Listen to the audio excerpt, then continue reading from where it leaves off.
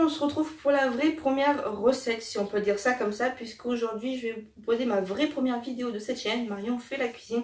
Je vais vous parler mayonnaise. Oui, c'est très simple, c'est du b.a.-ba pour beaucoup d'entre vous peut-être, mais certains ne savent pas faire les mayonnaises.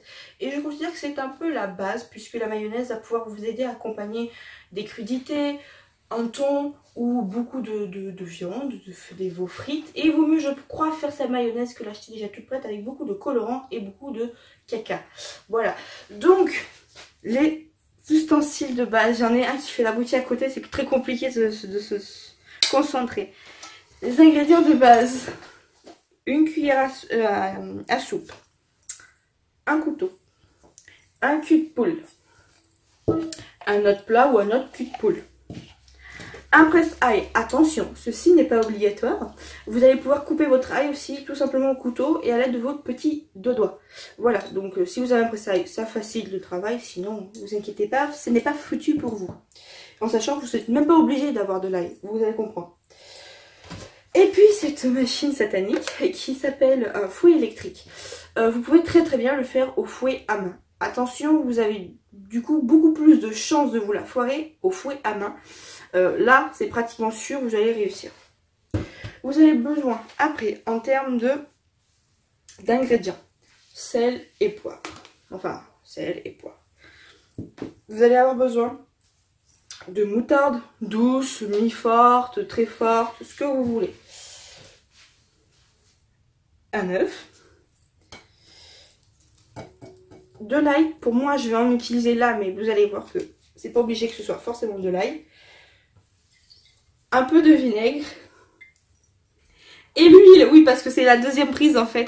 Et je vous ai raconté que des conneries dans la première. Je pense que je vous ferai à la fin une petite miniature avec tout ce que j'ai raconté comme conneries. Et de l'huile, parce que bon, la base de la mayonnaise, on est d'accord, c'est pas diététique, hein, c'est l'huile. Donc voilà, attention maintenant. Nous défloutons, voilà. Moi, je vais l'aromatiser à l'ail parce que chez nous en Périgord, c'est vrai que c'est très souvent qu'on aromatise les choses à l'ail. Mais attention, vous pouvez également l'aromatiser à l'ail et persil. Vous pouvez l'aromatiser avec un filet de jus d'agrumes, donc type pamplemousse ou citron. Vous pouvez également mettre dedans un filet d'huile d'olive pour ajouter un peu de goût supplémentaire. Vous pouvez l'aromatiser également au Grand Marnier, ou alors vous pouvez également l'aromatiser avec un vin sucré, donc un Montbazillac ou quelque chose de très fruité. Voilà, mais il ne faut pas en mettre en demi-litre, hein, c'est un petit peu. Voilà. Et pour les jours de fête, imaginez que vous faites un poisson bouilli pour l'entrée, par exemple des fêtes de fin d'année. Vous pouvez aromatiser du coup votre mayonnaise à la truffe et au jus de truffe. Ça, c'est pour les grands jours. Voilà. Donc, maintenant, on va passer dans les plats et je vais vous faire voir comment on fait tout ça. On se retrouve maintenant pour faire la petite recette. C'est pas compliqué. On va prendre la moutarde. On ouvre le pot et on va venir mettre 2 bonnes cuillères de moutarde. J'ai dit bonne. Là, voilà. Attention, on ne gâche pas. Se laver les doigts préalablement avant de cuisiner, je crois que c'est la base. Maintenant, on va assaisonner. Donc, chez moi, on aime bien quand c'est bien assaisonné. Donc, on met pas mal de poivre. Mais vous pouvez ne pas en mettre. On met beaucoup moins que moi. Et on va mettre une pointe de sel. Pas trop parce que la moutarde a déjà un goût très salé. Donc, pas plus que ça. L'étape, on va dire, un petit peu plus compliquée, ça va être de séparer le jaune du blanc. Puisque dans votre mayonnaise, il va falloir uniquement que votre jaune. Donc, vous venez casser soit à plat, soit sur le rebord. Donc, vous prenez votre œuf. Et vous le cassez sur le rebord. Moi perso, je préfère. Vous allez séparer votre blanc comme ça. En passant d'un bout de coque à l'autre bout de coque. Voilà. Et vous allez mettre votre jaune ici. Ça on s'en fout, tout ça, ça va partir à la pibelle. Enfin pour aujourd'hui, sinon je vais vous montrer dans une prochaine vidéo comment récupérer ces blancs d'œufs et comment ne pas le gaspiller tout simplement. Je vais prendre de l'ail. Ça suffit. On va le peler rapidement. Je vous fais tout voir, hein. Donc vraiment...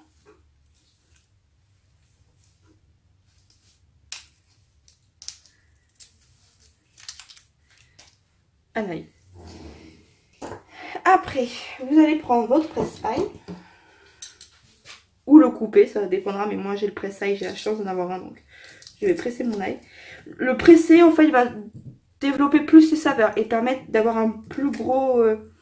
comment dire, avoir un goût d'ail plus présent, tout simplement, plus développé. Donc vous pressez comme ça plusieurs fois et vous coupez à chaque fois. Désolée pour le bruit. Il en reste toujours un peu dedans, donc on represse. Voilà. Et vu que moi j'aime pas gâcher, je viens prendre mon couteau à l'intérieur et racler l'intérieur. Voilà. On va venir mettre une goutte de vinaigre. Le vinaigre va permettre quoi? D'équilibrer la mayonnaise et surtout de permettre qu'elle se tienne bien. Donc il y a beaucoup de gens qui n'en mettent pas, mais moi je la mets. C'est une goutte, vous avez vu. Et à partir de maintenant, tout va se faire à l'huile et au fouet électrique. C'est-à-dire que vous allez monter petit à petit votre mayonnaise en versant doucement un filet d'huile d'olive et en battant. Donc tout ça, je vais vous le faire sans bruit, sans son, parce que bon, le batteur, ça fait quand même un sacré boxon. Donc voilà.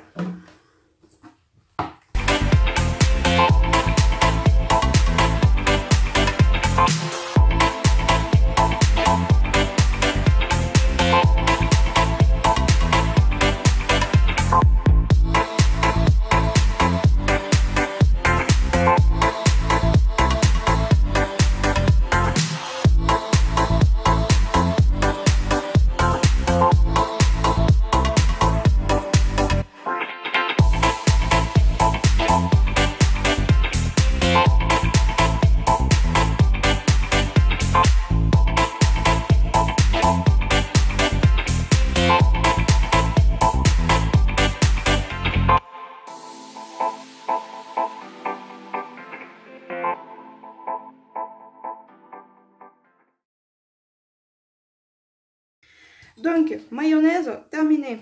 Vous voyez, elle se tient.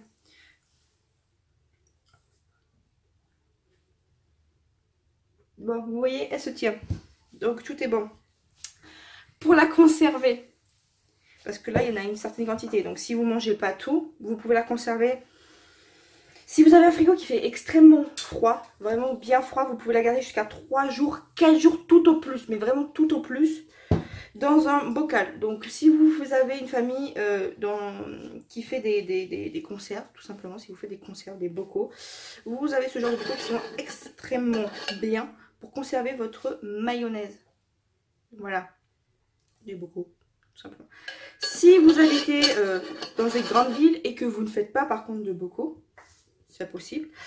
Tout simplement garder un pot de compote ou un pot de cornichon que vous lavez bien et vous mettrez comme ça votre mayonnaise dedans pour la conserver au frigo. Voilà. Petite recette terminée du jour. Elle se fut longue et compliquée à vous filmer. Il nous est arrivé plein de cagailles. Mais ça a été avec grand plaisir. Je vous fais plein de gros bisous et on se retrouve très très vite pour une prochaine vidéo. Bye bye.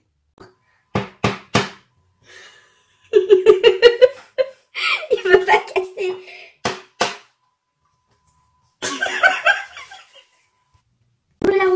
Ah oui, merci chérie. Et oui, puis pour monter une mayonnaise, l'huile c'est quand même la base, hein, voilà.